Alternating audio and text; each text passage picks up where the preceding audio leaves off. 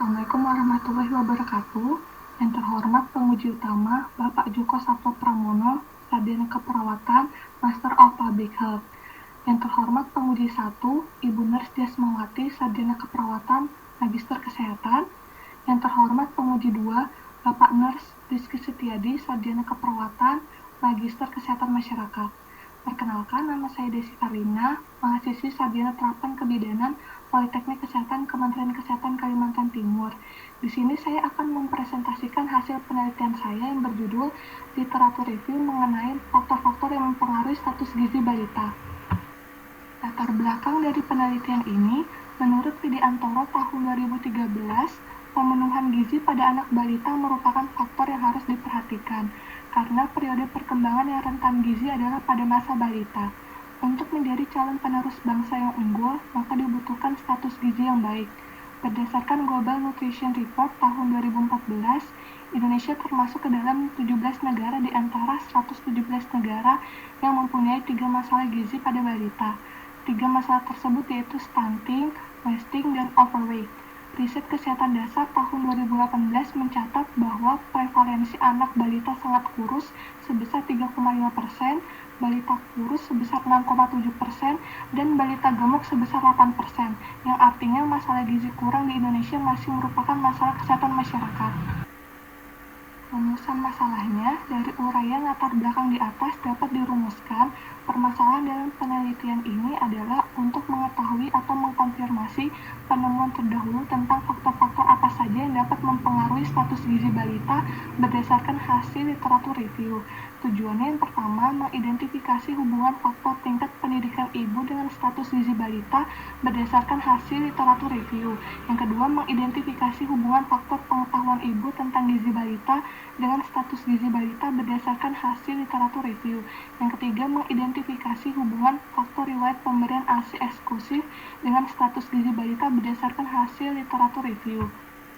Manfaat dari penelitian ini yaitu ada 2, bagi teoritis dan bagi praktis.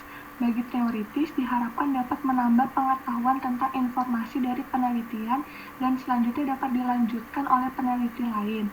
Manfaat bagi praktis yaitu bagi peneliti mampu melaksanakan penelitian menggunakan penelitian literatur review, dan bagi masyarakat sebagai informasi tentang faktor-faktor yang mempengaruhi status gizi balita. Lalu tinjauan pustaka, terdapat 4 tinjauan pustaka yaitu tentang status gizi balita, pendidikan, pengetahuan, dan ASI eksklusif. Berikut adalah kerangka teorinya. Jadi, status gizi balita berdasarkan indeks berat badan menurut tinggi badan dipengaruhi oleh 2 faktor, yaitu faktor penyebab langsung dan faktor penyebab tidak langsung.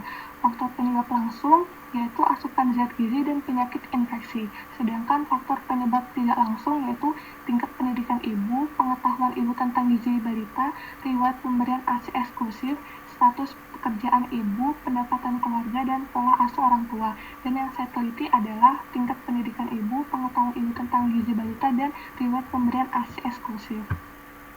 Dan ini adalah kerangka konsepnya. Variabel independen yaitu tingkat pendidikan ibu, pengetahuan ibu tentang gizi balita, dan riwayat pemberian ASI eksklusif.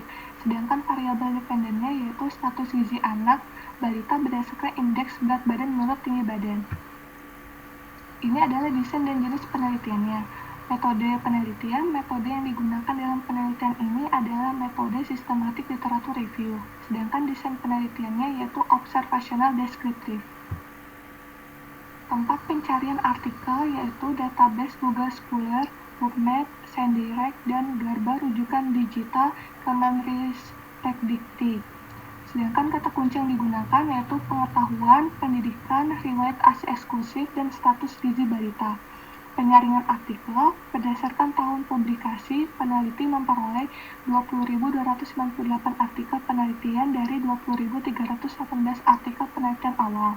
Berdasarkan status akreditasi jurnal penelitian, terdapat 20 artikel penelitian yang memenuhi kriteria inklusi tersebut.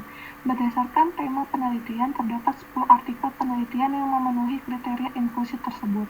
Berdasarkan sampel penelitian, terdapat 5 artikel penelitian yang memenuhi kriteria inklusi tersebut. Analisa, teknik analisis data yang digunakan dalam penelitian ini adalah menjelaskan dari masing-masing variabel, baik variabel terikat yaitu faktor-faktor yang mempengaruhi status gizi balita maupun variabel bebas yaitu status gizi balita. Teknik ini dilakukan untuk mengetahui hubungan antara variabel independen dengan variabel dependen. Berikut ini adalah hasil penelitiannya. Jadi dari Google Scholar didapatkan jumlah jurnal yaitu 20.300. Dari Gerba Rujukan Digital Kemendikti sebanyak 15 dan Sendirect sebanyak 3. Lalu peneliti membuang salah satu artikel yang sama sebanyak 20.298. Selanjutnya, peneliti mengidentifikasi artikel secara singkat sebanyak 20 artikel dan artikel yang dieksklusi sebanyak 2. Lalu artikel lengkap yang layak dinilai sebanyak 18 dan artikel lengkap yang dieksklusi karena sampelnya adalah bayi sebanyak 13. Selanjutnya, artikel yang disintesis secara deskripsi sebanyak 5 dan artikel yang disintesis secara kuantitatif atau meta-analisis sebanyak 5 artikel. Berikut ini adalah identifikasi penelitian berdasarkan judul, penulis, tahun, jurnal, dan negara. Yang pertama, jurnal yang berjudul Is there any interaction effect of mother's education and the bargaining power on children's nutritional status? Evidence from rural Bangladesh. Penulisnya Mahbub Hussein pada tahun 2020, jurnalnya dari World Development Perspective, negara Bangladesh. Yang kedua, jurnal yang berjudul Breastfeeding Practice and Nutritional Status of Children aged 1 to 5 years in Jaffna District, Sri Lanka. Penulis Kandipan Kartigesu et al. Tahun 2017, jurnal dari The Indian Journal of Nutrition and Dietetics, negara Sri Lanka. Yang ketiga, jurnal yang berjudul Hubungan Pengetahuan, Sikap, dan Tindakan Ibu dengan Status Gizi Anak Balita di Kelurahan Seikera Hilir 2, Kecamatan Medan Perjuangan. Penulis Triwulandari Meratiara Arizona, Rinaldo Tambun, dan Abdul Wahab pada tahun 2019. Jurnal dari Jurnal Kebidanan Kestra, negara Indonesia. Yang keempat, jurnal berjudul Hubungan Pemberian ASI Eksklusif dengan Kejadian Status Gizi Kurang pada Balita umur 1-5 tahun. Penulis Ruli Andriani, Enda Retnani Wismaningsi, Oktovina Rizky Indrasari. Tahun 2015, Jurnal S1 Kesehatan Masyarakat, negara Indonesia. Yang terakhir, jurnal yang berjudul Faktor yang Mempengaruhi Status Gizi Balita di Wilayah Kerja Puskesmas Payung Sekaki Pekanbaru. Penulis Linda Suryani pada tahun 2017, Journal of Midwifery Science, negara Indonesia. Selanjutnya yaitu pembahasan yang pertama tentang hubungan antara tingkat pendidikan ibu dengan status gizi balita. Terdapat hubungan antara tingkat pendidikan ibu dengan status gizi balita. Penelitian yang dilakukan oleh Hussein pada tahun 2020 menyatakan bahwa terdapat hubungan antara pendidikan ibu dalam mengalokasikan anggaran rumah tangga untuk pemenuhan kebutuhan makanan dengan status gizi balita. Penelitian lain yang dilakukan oleh Pratama tahun 2013 juga mengungkapkan bahwa ada pengaruh yang signifikan antara tingkat pendidikan terhadap status gizi balita. Berdasarkan hasil penelitian Numaliza dan Herlina tahun 2018 menyatakan bahwa ibu yang berpendidikan tinggi memiliki status gizi balita baik yaitu 73,2%, sedangkan ibu yang berpendidikan rendah akan 3 kali lebih beresiko untuk mempunyai balita dengan status gizi kurang dibandingkan dengan ibu yang berpendidikan tinggi terhadap status gizi balita. Menurut asumsi peneliti, adanya hubungan antara pendidikan ibu terhadap status gizi balita karena semakin tinggi tingkat pendidikan seseorang, maka semakin mudah diberikan pengertian mengenai suatu informasi dan semakin mudah untuk mengimplementasikan pengetahuannya dalam perilaku, khususnya dalam kesehatan dan gizi. Dengan demikian, pendidikan ibu yang relatif rendah juga akan berkaitan dengan sikap dan tindakan ibu dalam menangani masalah kurang gizi pada anak balitanya. Pembahasan yang kedua yaitu tentang hubungan antara pengetahuan ibu tentang gizi balita dengan status gizi balita. Terdapat hubungan antara pengetahuan ibu tentang gizi balita dengan status gizi balita. Penelitian ini didukung oleh penelitian yang dilakukan oleh Wulandari tahun 2019 yang menyatakan bahwa ada hubungan pengetahuan responden dengan status gizi sampel di Kelurahan Sekera Hilir 2, Kecamatan Medan Perjuangan. Penelitian ini sejalan dengan penelitian yang dilakukan oleh Pratama pada tahun 2013 yang menyatakan ada pengaruh yang signifikan antara tingkat pengetahuan ibu terhadap status gizi balita. Penelitian yang dilakukan oleh Julita tahun 2012 mengungkapkan bahwa pengetahuan ibu tentang gizi balita dan sikap ibu mempengaruhi status gizi balita, dan pengetahuan gizi ibu merupakan faktor yang paling kuat hubungannya dengan status gizi balita. Menurut asumsi peneliti, pengetahuan seorang ibu akan mempengaruhi status gizi balitanya, karena ibu yang tahu bagaimana kebutuhan nutrisi bagi balitanya akan berusaha memenuhi kebutuhan gizi balitanya sesuai dengan pengetahuan yang dimilikinya. Dengan pengetahuan yang ada, seorang ibu akan mencoba memasak berbagai variasi makanan yang sesuai dengan kebutuhan balitanya dan berusaha melakukan berbagai trik agar balitanya mau makan sehingga status gizinya baik. Selanjutnya, pembahasan yang ketiga tentang hubungan antara riwayat pemberian ASI eksklusif dengan status gizi balita. Terdapat hubungan antara riwayat pemberian ASI eksklusif dengan status gizi balita.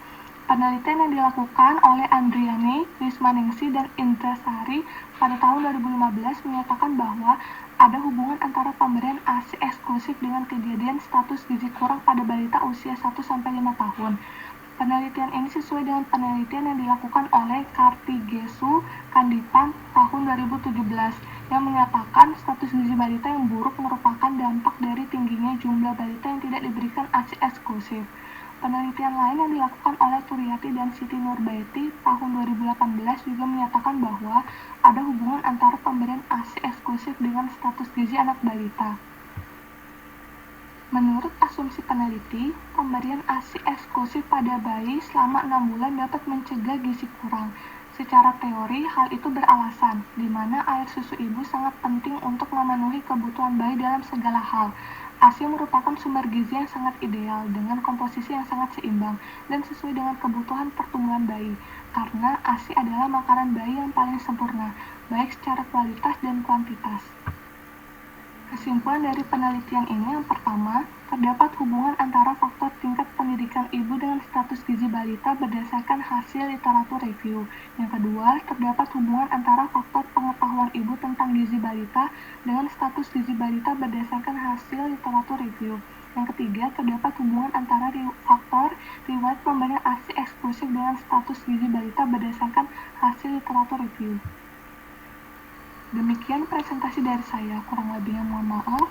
Wabillahi taufiq wal hidayah. Wassalamualaikum warahmatullahi wabarakatuh.